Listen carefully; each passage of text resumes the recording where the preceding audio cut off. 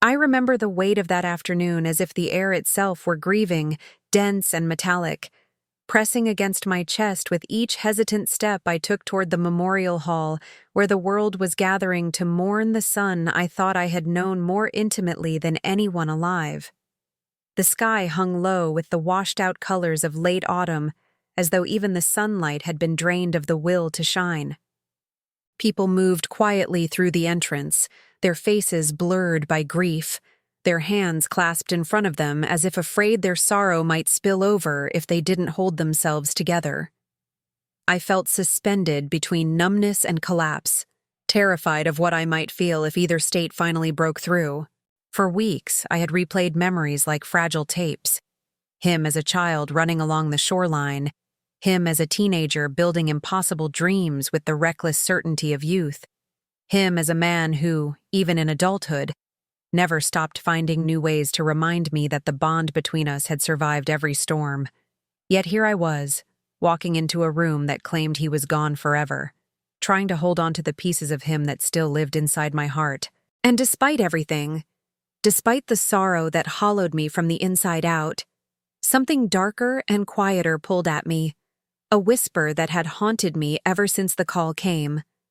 The last words between us had not been spoken in bitterness or anger, but with a trembling warmth that deserved to be remembered, not erased. The hall seemed too bright for mourning, too organized, too structured, as though grief could be contained in neat rows of chairs and carefully arranged floral displays. I felt the room tilt around me when I saw the framed photograph of him standing at the center of the display. My son, captured in a moment of spontaneous laughter, the kind of laughter that refused to fade even when life pressed hardest. The people around me murmured in hushed tones, offering condolences that washed over me like distant echoes, none of them reaching the core of the ache that had carved itself into my bones. There was an uncomfortable tension in the air, a stiffness in the way people looked at me and then quickly looked away, as though they carried some secret they were unwilling to share, something I wasn't supposed to know. I tried to ignore it, telling myself it was only the discomfort of collective grief, but the unease clung to me like a shadow that refused to let go. When my daughter-in-law appeared at the front of the room, standing poised beside the microphone with a grace that looked rehearsed, something in me tightened, because her face held a mixture of sorrow and determination that didn't quite belong to mourning. It belonged to revelation. As she prepared to speak, I felt my pulse stutter, the thrum of my heartbeat echoing in my ears like footsteps approaching from far away. I had always tried to love her, always tried to trust that she loved him in her own way, even when she built a quiet and persistent wall between us, a wall made of polite distance and unspoken judgments. There had always been something brittle in her presence, a glacial tension that I never understood, as if she believed his love for me took something away from her. But grief does strange things to perception, and I refused to believe she would choose today of all days to deepen old wounds. When she lifted her chin and her eyes swept across the room, pausing on me for a fleeting second, I sensed it. A shift in the air, a brewing storm disguised beneath the solemnity of a memorial. And then she spoke, her voice steady, controlled, carrying words that cut through the room with a cruel sharpness. She said that my son had spent his last months distancing himself from me, that he had carried hurts I had supposedly inflicted without realizing it, that he had confided in her about the disappointment he felt toward me. And then she said the words that hollowed out the remainder of my heart, that he had hated me. For a moment the room ceased to exist. The flowers dissolved into colorless smears. The murmurs vanished into a suffocating silence, and all I could hear was the pounding of my own heartbeat as her words reverberated inside me with brutal clarity. I felt the world tilt beneath my feet, felt my knees weaken under the weight of the accusation that now lingered in the air like toxic smoke. Grief already claws at the edges of reason, but paired with betrayal it becomes something feral, something capable of tearing the spirit apart from the inside. People shifted uncomfortably in their seats, glancing in my direction with a mixture of pity and confusion, and I stood frozen, trapped in a moment that felt both impossible and inescapable. Was this her grief speaking? Or a long-buried resentment finally given the stage it always sought?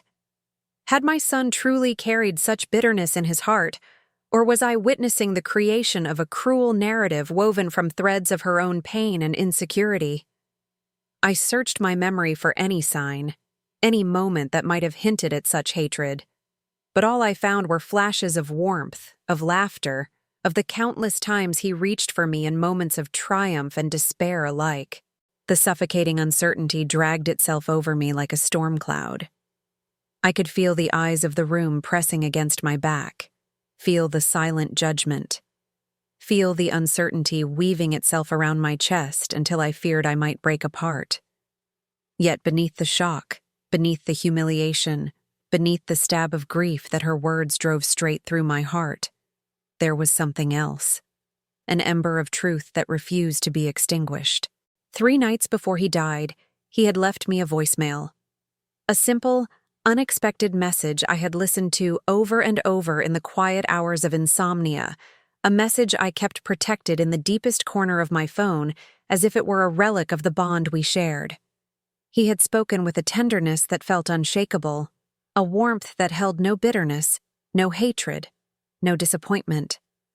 It was the voice of a man who still loved, who still hoped, who still believed in the connection that had shaped both of our lives.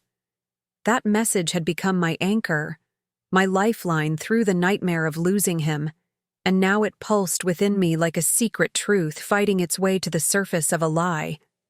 The bitterness in her statement could not erase the reality I held inside, and yet I felt myself shrinking beneath the weight of her words, as though her voice had the power to rewrite the entire history of my motherhood, as though she carried some authority over his memories that I did not. People were whispering now, their reactions subdued but piercing.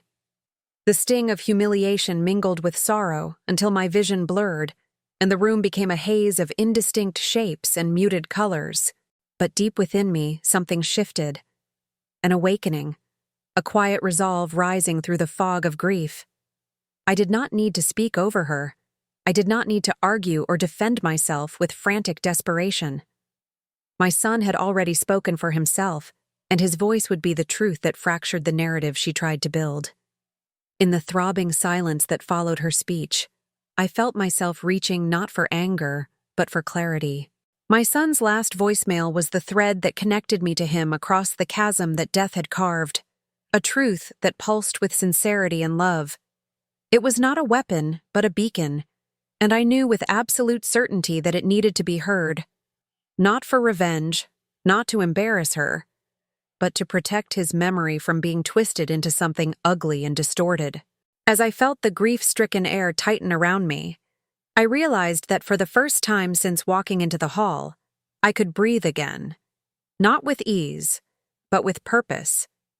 Grief might have dragged me to my knees, but love had the power to lift me back to my feet. If you've ever felt torn between what someone claims about someone you love and what you know in your bones to be true, share your thoughts in the comments below. Because sometimes speaking our truth out loud is all we have left to keep a memory alive. The room seemed to pulse with anticipation as I slowly made my way toward the front, the weight of every step pressing into the floor with a gravity that felt almost sacred. I could feel the quiet stir of movement behind me, the subtle shift of bodies as people straightened in their chairs, sensing that something unexpected was about to unfold. The flowers, the photographs, the soft glow of candles blurred together for a moment as the enormity of what I was about to do settled into my bones. I placed my hand on the podium, not to steady myself, but to ground myself in the moment, to remind myself that love demanded courage, even when grief threatened to swallow every ounce of strength I had left. I looked out into the sea of faces, some tearful, some curious, some conflicted, and felt the silent weight of their expectations. But I was not here to meet their expectations. I was here to honor the truth. And so, with a calm that felt almost otherworldly, I reached into my pocket for my phone, the device that held the last unbroken piece of his voice, the final message he had chosen to leave for me. My breath trembled, my chest ached, but my heart was steady, anchored by the love that no lie could erase.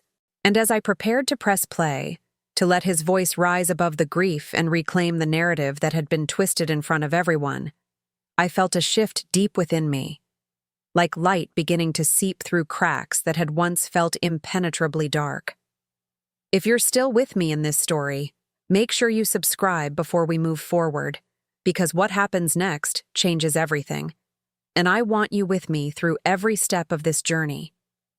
When my finger hovered above the screen, a fragile tremor ran through me, not of hesitation, but of sacred anticipation, as if some invisible force in the air had begun to hum in recognition of what was about to unfold. The hall had grown eerily silent. Even the faintest rustle of clothing or the quiet sniffles of grief had faded into stillness, the kind that precedes both revelation and reckoning. In that moment, I realized that everything, every memory, every misunderstanding, every echo of love and pain that had existed between my son and me, was converging toward this single act of truth. I pressed play, and his voice broke through the silence like sunlight piercing through heavy clouds. It was his real voice, unedited, unfiltered, alive. That warm, steady tone that had carried me through years of joy and sorrow, now carrying a message that would undo the narrative of hatred that had been laid before everyone just moments ago. His voice filled the room, trembling slightly but glowing with sincerity, speaking words that carried no anger, no accusation, only the raw essence of love. In that instant, it was no longer a memorial for a man being defined by grief. It became a resurrection of the truth of who he truly was. The crowd leaned forward unconsciously, their eyes flickering between the phone and me as if struggling to reconcile what they were hearing with what they had just been told. His voice, tender yet resolute, spoke about how much he cherished the life we had shared, how he was grateful for the lessons I had taught him, how he wished he could take back the moments of distance that life and circumstance had built between us. There was no hatred in that message, no trace of resentment, only the confession of a man who had made peace with himself and with me before his final days. He spoke of forgiveness, of love that endures through imperfection, of the way family bonds can bend without ever breaking. Each word was a quiet rebuke to the venom that had been poured into the air earlier, not through confrontation, but through truth itself. I watched the faces in the audience soften, confusion melting into realization, and then into something more profound, shame for having believed even for a moment that such cruelty could have lived in a man whose heart spoke so gently. My daughter-in-law stood frozen near the front, her expression unreadable, the careful composure she had worn all day, unraveling with every second of the message. Perhaps she had believed her version of the story. Perhaps she had carried her own pain that twisted the past into something more bearable for her grief, but now she faced a truth too powerful to be denied. I saw her shoulders quiver, the smallest crack appearing in her mask of restraint, and for a brief moment, despite everything she had said, I felt no triumph, only a deep, aching sorrow that it had come to this. Grief turns people into strangers. It reshapes love into confusion, memory into weaponry. She had lost her husband, and I had lost my son. Yet instead of standing together in that shared devastation, we had been divided by pain's cruel illusions. And now, his voice was the only bridge left between us. The room held its breath until the last word faded, the silence afterward so heavy it seemed to press against the walls. When the recording ended, I lowered my hand, my phone still trembling with the echo of his voice, and I felt something sacred shift inside me, like a wound that had been festering in darkness finally exposed to light. What followed was not applause, nor gasps, nor any outburst. It was something far quieter, far more human. People wept openly now, their grief no longer constrained by the awkward discomfort of doubt. The atmosphere changed from tension to reverence, as though the presence of truth itself had demanded silence as its due. Some came forward, placing gentle hands on my shoulders, whispering apologies that I neither needed nor sought. Their eyes said everything. The disbelief they had momentarily held had been replaced by remorse and understanding. Yet my gaze drifted back to her, the woman who had shared the final years of my son's life, who had perhaps carried her own grief like a blade turned inward. She was crying now, not the quiet tears of ceremony, but the uncontrollable kind that spill from a soul realizing the magnitude of its mistakes. For a heartbeat, I wanted to hate her, to let anger replace the pain, to allow myself the satisfaction of vindication. But love, the same love my son had voiced in that message, refused to let me. Because what good is truth if it becomes another weapon in the endless cycle of grief and guilt? I turned toward her, and for the first time since the service began, our eyes truly met. Not as adversaries, but as two broken hearts trying to make sense of loss. In that silence, I saw her pain laid bare, the guilt of misjudgment, the weight of regret, and the unspoken acknowledgement that she had been wrong. There was no need for words between us. The truth had already spoken. Yet beneath that raw sorrow, I sensed something else. A yearning for forgiveness, fragile and uncertain, but genuine. And though forgiveness was not easy, it was necessary. I could feel my son's presence around us in that moment, not in a supernatural way, but in the emotional current that binds love beyond the reach of death. He had always wanted peace between us, always believed that family meant finding light even in the shadows. I realized that this moment, this painful confrontation, was not only about reclaiming his memory, it was about honoring what he believed in most deeply: compassion. The rest of the service unfolded like the slow release of a storm that had finally exhausted itself. The people who had come to mourn now seemed to carry themselves differently, lighter, more reflective. They no longer whispered. They simply stood together, unified in quiet reverence. The photo of my son at the center of the hall no longer looked like a symbol of tragedy, but of endurance. I could almost imagine him smiling somewhere beyond reach, proud not of the revelation that cleared my name, but of the fact that his voice, his love, had brought healing where bitterness once ruled. I stood near the memorial table, touching the corner of his photograph, and for the first time since his passing, I felt something that resembled peace. Not the kind that erases pain, but the kind that coexists with it, transforming it into something bearable.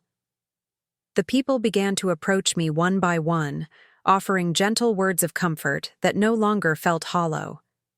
They spoke not of pity, but of admiration, telling me that his message had reminded them of their own families, their own unfinished conversations, their own chances to forgive before it's too late. Later, when the crowd thinned and the candles burned lower, I found myself standing outside beneath the fading amber light of evening. The chill in the air bit gently at my skin, but I welcomed it. It was real, grounding, honest.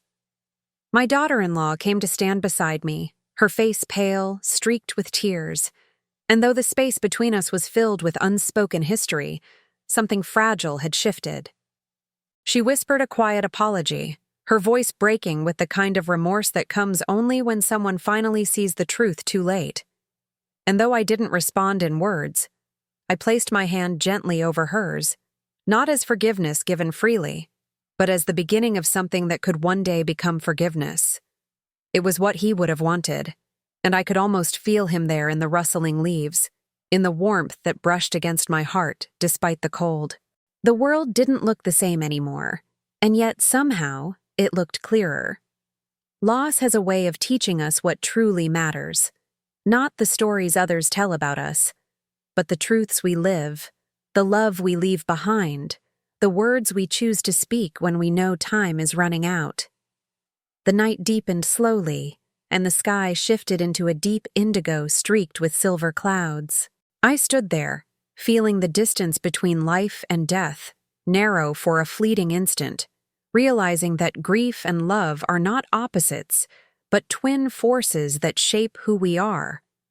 I thought of that voicemail again, the last relic of his living voice, and realized that it would never belong solely to me anymore. It belonged to everyone who had doubted, everyone who had suffered, everyone who needed to believe that love could outlast even the sharpest cruelty. It was no longer a private comfort but a testament. The truth, once spoken, becomes a force that cannot be silenced again. I closed my eyes and felt the weight of that realization settle gently in my chest. And though the ache would never fully fade, it no longer felt like something to escape. It felt like something to carry, with grace. Before I continue, where the emotional resolution and full transformation take place, I want to invite you again to subscribe and stay with me. The next part will reveal not only what happens between us, but how grief, when faced with love, becomes redemption itself. Before I continue, I want to invite you, if this story has reached something deep within you, to subscribe. Because what unfolds from here is not just an ending, it's the revelation of how love, even shattered by loss, can rebuild what pain tried to destroy. The following days after the memorial were both merciless and strangely serene, as if the universe had paused in a state of quiet observation, watching what I would do with the truth now that it had been set free. The house that had once echoed with laughter and argument alike felt cavernous, haunted not by ghosts, but by memories that refused to settle into the past. His room was still as he had left it, the faint smell of cedar and rain clinging to the fabric of his jacket, the small stack of books on his nightstand still bookmarked mid-story, the photo of him and his wife smiling from a beach trip that now seemed impossibly far away. I stood there for a long time, tracing my fingers along the curve of the doorframe, feeling that familiar ache return, softer now, but still deep. It wasn't anger that filled me anymore. It was longing, tempered by acceptance, the quiet understanding that grief doesn't end. It transforms, shifting shape like a tide that retreats only to return again in gentler waves. In the silence of those days, I began to listen differently. Not just to the absence of his voice, but to the resonance of what he'd left behind. The voicemail had become a kind of prayer I carried with me, not something I replayed for proof, but for grounding. Each time I listened, the tone of his voice reminded me that love, once spoken, doesn't fade. It becomes part of the air we breathe. It taught me that healing isn't about erasing pain, but about allowing the truth to breathe through it. Slowly, I began to feel something I hadn't felt in months, a fragile desire to live again, to connect, to reach beyond the shell of grief that had kept me prisoner. I began volunteering at a local center for bereaved parents, not out of obligation, but because I needed to share what I had learned. That even when love is gone from the world in physical form, it continues its quiet work inside us, rebuilding, mending, guiding. Each story I heard from others carried its own version of loss and redemption, and through their words, I began to find myself reflected back, different, but whole in a way I never expected to be again. It was at one of those meetings that she came, the woman who had once stood at the front of that memorial hall and torn open my deepest wound. My daughter-in-law entered the room with the hesitant fragility of someone walking through the wreckage of their own making. I could see in her eyes the exhaustion of guilt, but also the faint glimmer of hope that maybe, just maybe, forgiveness wasn't impossible. When our eyes met across the circle of chairs, a wave of emotion surged through me. Grief, compassion, relief, all woven into a single heartbeat. She didn't speak at first, and neither did I. But her presence there was enough. It was the beginning of something fragile but real. Over the next weeks, she came again and again, and we began to talk. Not about him, not at first, but about pain, about loss, about the bewildering loneliness that grief brings. Slowly, without realizing it, we were building a bridge out of our shared sorrow. And one afternoon, when the light spilled softly through the window, and she spoke of him with tears rather than bitterness. I reached across and took her hand. That was the moment I forgave her. Not for her words at the memorial, but for the brokenness that made those words possible. The healing that followed was not swift, nor simple. Grief rarely releases its hold all at once. It loosens slowly, like winter giving way to spring. Yet every shared conversation, every moment of silent understanding between us, became another stone laid in the path toward peace. Together, we began to visit the places he loved: the trail by the river where he used to hike, the quiet cafe where he once wrote his journal, the beach where he had proposed to her. Each visit was like reopening a wound, only to clean it. Painful, but necessary. And in those moments, I discovered that redemption is not the undoing of pain. It's the transformation of it. She began to tell me stories I never knew, small pieces of him that had lived in her world and not mine.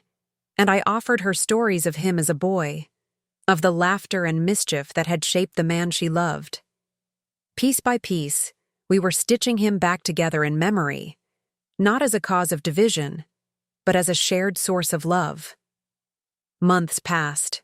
The sharpness of the loss softened into something I could hold without flinching. One evening, she came to visit with a small box in her hands.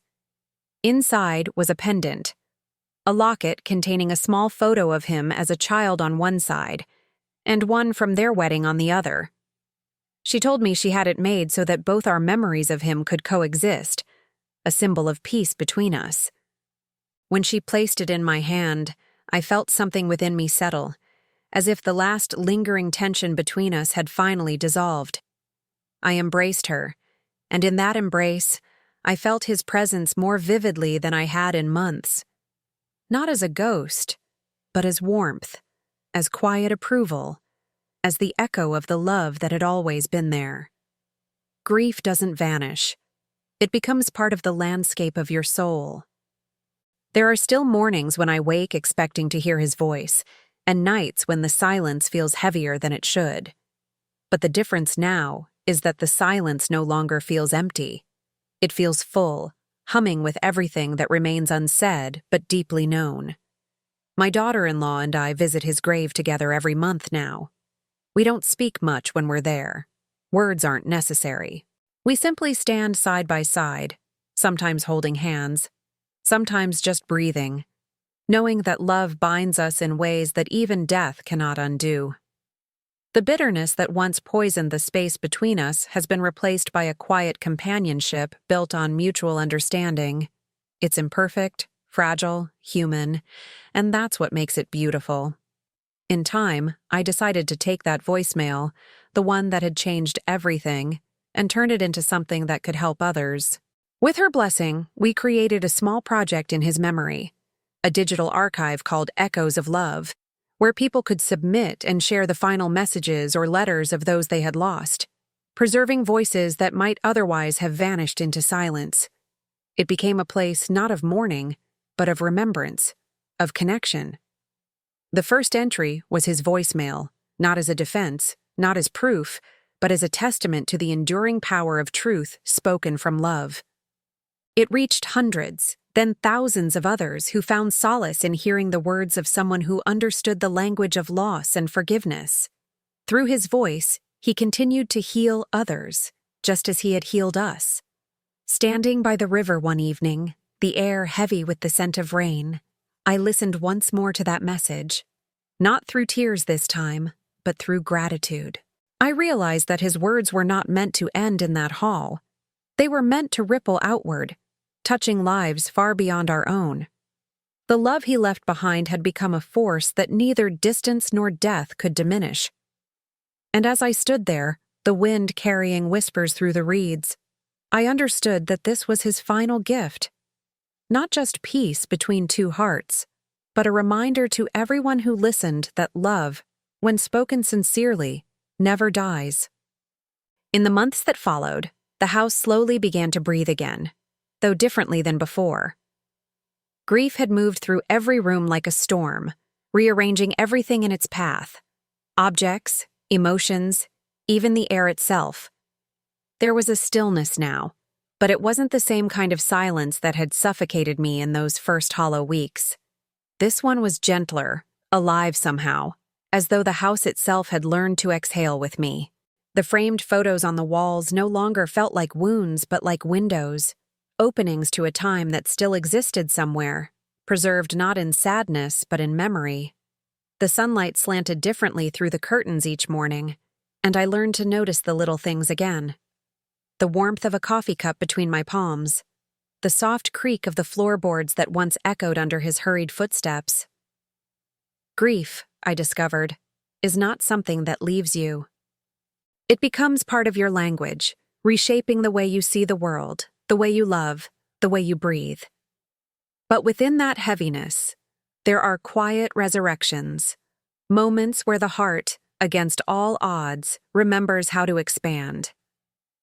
I had spent so long fearing the emptiness of my days without him, but what I began to realize was that absence, too, has its own kind of presence. His laughter still lingered in corners, his voice still echoed faintly in my mind, not hauntingly, but like a melody half-remembered. It was through that absence that I began to understand what love truly means.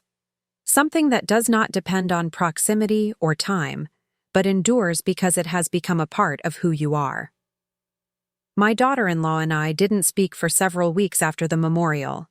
We both retreated into our separate corners of grief, unsure how to reach for each other through the thick fog of everything that had been said and revealed.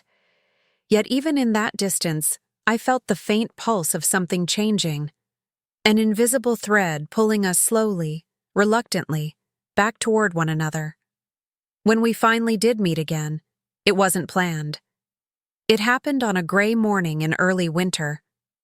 I was visiting his grave, my hands wrapped tightly around a small bouquet of white lilies, when I saw her approaching from the opposite path. She looked smaller somehow, her posture bowed under the invisible weight of remorse.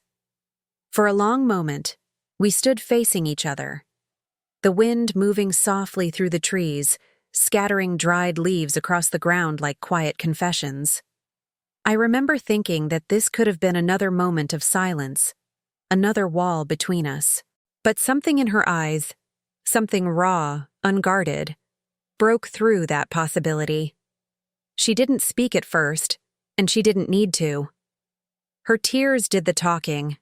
When she finally whispered my name, her voice trembled with everything she hadn't known how to say before: regret, apology, sorrow, love. I felt a rush of conflicting emotions rise inside me: pain, anger, understanding, compassion, all colliding in the same breath. But when I looked at her, really looked, I saw not the woman who had humiliated me at that memorial, but the woman who had loved my son, who had shared her life with him, who had lost as deeply as I had. Grief had made us enemies for a time, but it was only because we had both been drowning in it. And in that realization, I found something resembling forgiveness. We stood together by his grave for a long time, not speaking, just breathing in the cold air, letting the silence between us shift from heavy to healing. I placed the flowers at the base of his headstone and noticed she carried a small stone carved with his initials. She set it beside the bouquet, and for a fleeting instant, our hands brushed. It was such a small thing, barely a touch, but it carried the weight of something immense. Forgiveness doesn't come in declarations or dramatic gestures. It arrives in small, trembling acts of grace, like that one. When she finally turned to leave, I found myself saying softly, almost instinctively, "Come by the house sometime." It was a fragile invitation, one that surprised even me, but it felt right. She came the following week, hesitant at first, as if unsure whether she was still welcome in the world my son and I had once shared. I had baked a pie, something I hadn't done in years, and we sat at the kitchen table, that old wooden surface scarred by countless family meals, birthdays, and late-night conversations. The first few minutes were awkward, our words careful, tiptoeing around the enormity of what lay between us. But grief has a strange way of stripping pretenses away. Eventually, we began to talk about him, about life, about how everything had unraveled. She confessed that her words at the memorial had come from a place of confusion and resentment, not truth. That she had felt abandoned by him in his final months as illness consumed him, and that somewhere deep inside, she had twisted her grief into anger and misplaced it onto me. Listening to her, I felt something I hadn't expected: empathy. I had spent so long believing she had deliberately tried to destroy me. But what I saw before me wasn't malice. It was pain. Raw, unbearable pain. The kind that makes people lash out, trying to make sense of something that has no sense at all. And in recognizing her pain, I began to release my own. Forgiveness, I learned, isn't about erasing the hurt. It's about choosing not to let that hurt be the final word. We cried that afternoon, both of us, not as adversaries, but as two women bound by love for the same man. And when we finally smiled, tentatively, shyly, it felt like the first true moment of peace since the day he left this world. From that day forward, we began to rebuild something. Not the same relationship we had before, it could never be that again. But something new. Something real. We started meeting weekly, sometimes for coffee, sometimes just for quiet walks. Slowly, our conversations expanded beyond grief. We spoke about books, about the seasons, about the strange way the world keeps moving even when your heart feels frozen. And little by little, I began to see her not just as my son's widow, but as her own person. A woman learning to live again. She told me that the voicemail, the same one that had changed everything, was something she now listened to when her nights felt too long. "It makes me feel like he's still guiding us," she said once, her voice breaking with sincerity. I understood that feeling completely. In the spring, we decided to honor his memory in a way that would reach beyond our personal healing. We started a small community project called Echoes of Love, a digital space where people could share recordings, letters, and memories of loved ones they had lost. It was her idea, born one evening when we sat in the garden watching the light fade. "He believed in connection," she said quietly. "Maybe this can help others hold on to that." And so, we began. The first upload was his voicemail, shared with trembling hands and tearful smiles. We didn't frame it as a story of betrayal or redemption. We simply titled it, "A Son's Last Words." Within weeks, messages began flooding in. Strangers wrote to us saying that hearing his voice had given them hope, had reminded them of their own loved ones, had made them call their parents just to say, "I love you." What had once been a private fragment of our grief became a bridge connecting hundreds of others. There was beauty in that transformation. His voice, once the sound that saved me from despair, was now healing others in ways I could never have imagined. It reminded me that even when a life ends, its echoes can go on resonating endlessly, shaping the world quietly, tenderly. I began to spend hours reading the messages people left. Stories of fathers and daughters, of husbands and wives, of friends who never got to say goodbye.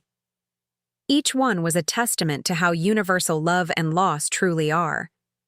In sharing our story, we had created something far greater than either of us expected, a community built on compassion. But healing isn't a single moment of revelation. It's a slow, continuous unfolding. There were still nights when the grief returned, uninvited, curling up beside me in the dark. On those nights, I would sit by the window, listening to the soft hum of the world outside, and press play on his voicemail once more. I didn't cry as much anymore. Instead, I listened for what his voice carried beneath the words, the unspoken message that love, once real, never disappears. Over time, I stopped needing the recording as often.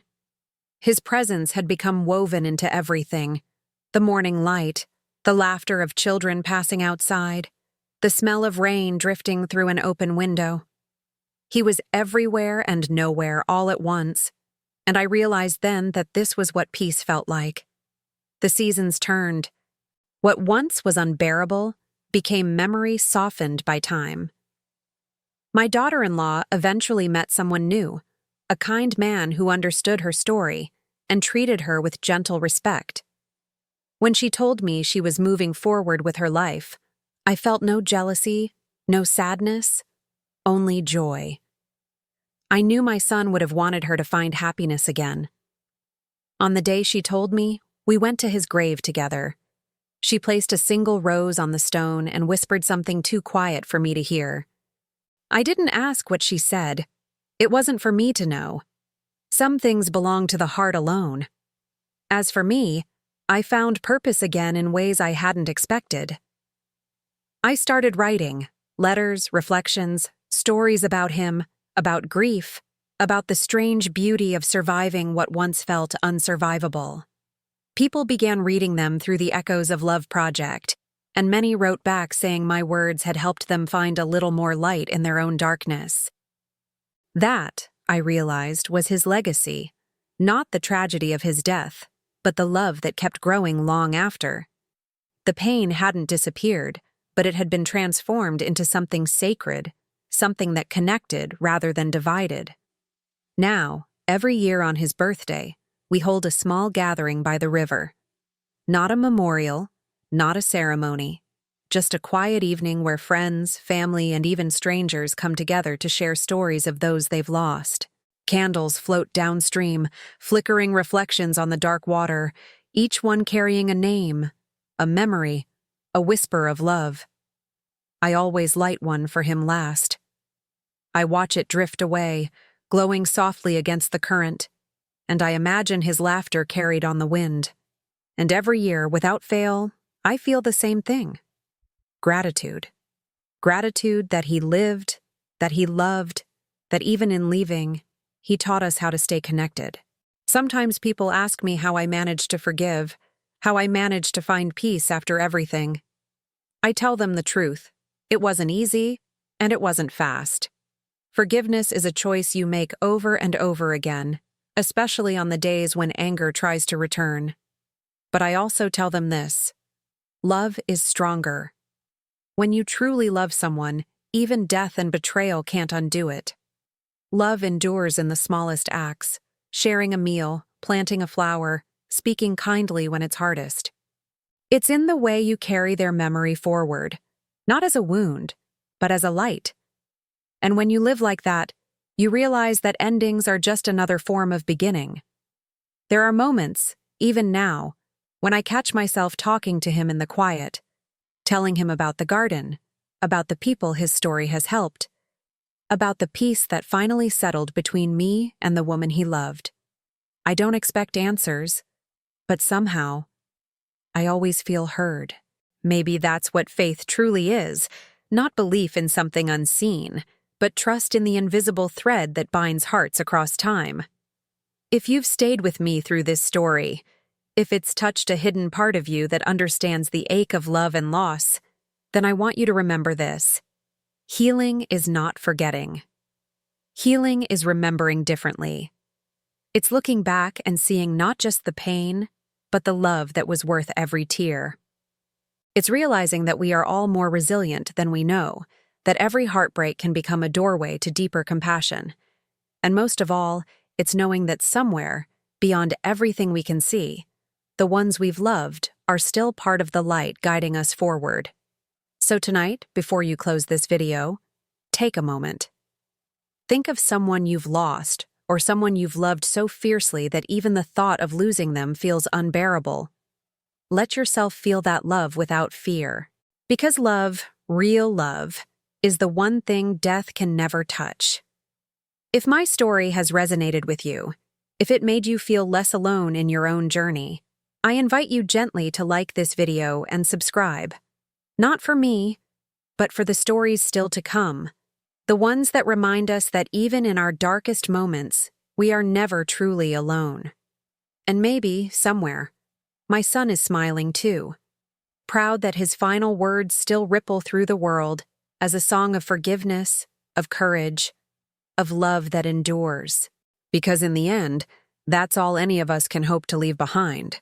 Not wealth, not legacy, but love that refuses to fade. And I think that's exactly what he did.